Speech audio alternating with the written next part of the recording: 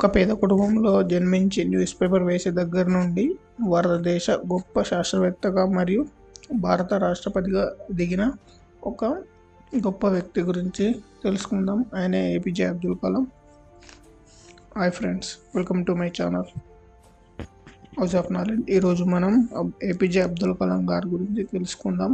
ఇతని పూర్తి పేరు అబుల్ పకీర్ జైనులుబ్దీన్ అబ్దుల్ కలాం. ఇతను తమిళనాడులోని రామేశ్వరంలో ఒక తమిళ ముస్లిం కుటుంబంలో 1931 అక్టోబర్ 15న జన్మించాడు. తండ్రి జైనులుబ్దీన్, వీరు పడవ నడిపేవారు. తల్లి ఆషియమ్మ. పేద కుటుంబం కావడంతో అవసరాల కోసం కలాం చిన్న వయసులోనే పేపర్ వేసేవాడు. పాఠశాలలో సగటు మార్కులు వచ్చినప్పటికీ ఇంకా నేర్చుకోవాలని తపన పడేవాడు. ఎక్కువ సమయం కష్టపడేవాడు. కలాం రామనాథపురంలో స్వెడ్జ్ మెట్రికులేషన్ స్కూల్లో తన పాఠశాల విద్య పూర్తి చేశాక కలాం తిరుచిరాపల్లిలోని సెయింట్ జోసెఫ్ కళాశాలలో చేరి 1954లో భౌతిక శాస్త్రంలో పట్టా పొందాడు.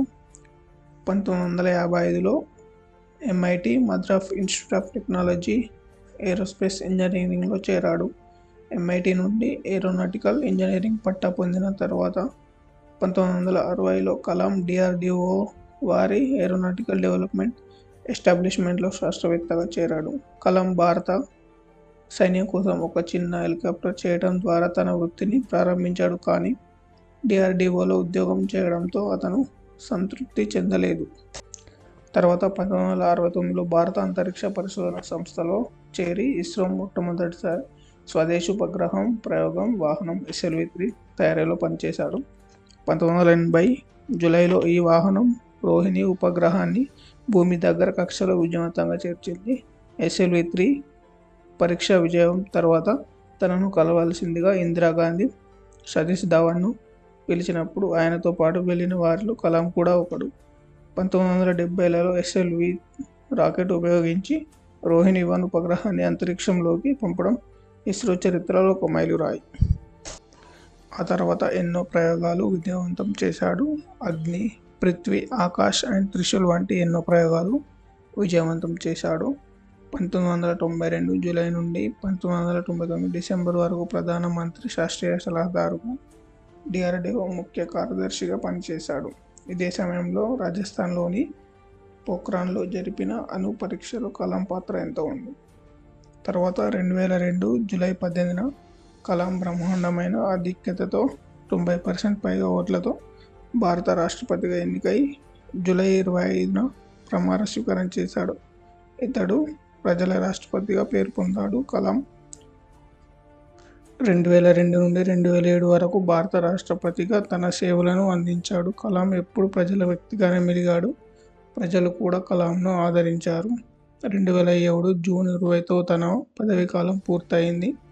రెండవసారి రాష్ట్రపతి పదవిని తిరస్కరించాడు. ఎందుకనగా తనకు ఇష్టమైన పిల్లల కోసం పాఠాలు చెప్పడానికి. కలాం ఒక పురా అనే ట్రస్ట్ను స్థాపించి తనకు వచ్చే ఆదాయం ఆ ట్రస్ట్కి ఇచ్చేవాడు. కలాం అనేక రచనలు రాశాడు. Wings of fire, India 2020, ignited minds, Kalam journey వంటి అనేక పుస్తకాలు రాశాడు. అబ్దుల్ కలాంకు 40 విశ్వవిద్యాలయాల నుండి 7వ గౌరవ డాక్టరేట్లు పొందాడు. ఇస్రో, DRDOలతో కలిసి పనిచేసినందుకు, ప్రభుత్వానికి శాస్త్రీయ సలహాదారుగా ఆయన చేసిన కృషికి భారత ప్రభుత్వం 1981లో పద్మభూషణ్, 1990లో పద్మవిభూషణ్తో సత్కరించింది. భారతదేశంలో రక్షణ సాంకేతిక పరిజ్ఞానం యొక్క శాస్త్రీయ పరిశోధన ఆధునీకరణకు చేసిన కృషి. 1980లో కలాం భారతదేశపు అత్యున్నత పౌర గౌరవం భారతరత్నను అందుకున్నాడు. కలాం 2015 జూలై 27 సోమవారం హఠాత్ మరణానికి గురయ్యాడు. షిల్లాంగ్లోని IIMలో సోమవారం విద్యార్థులను ఉద్దేశించి ప్రసంగిస్తున్న సమయంలో కలాం హఠాత్తుగా ప్రసంగం మధ్యలో కుప్పకూలిపోయాడు. కలాం నిజాయితీకి, సరళమైన జీవన విధానానికి ప్రసిద్ధి.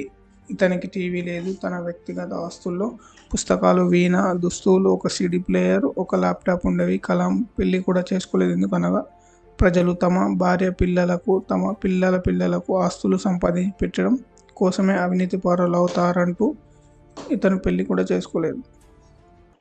ఫ్రెండ్స్, ఈ వీడియో మీకు నచ్చితే లైక్ చేయండి, షేర్ చేయండి. మరిన్ని ఇంట్రెస్టింగ్ టాపిక్స్ కోసం మా ఛానల్ను సబ్స్క్రైబ్ చేయండి.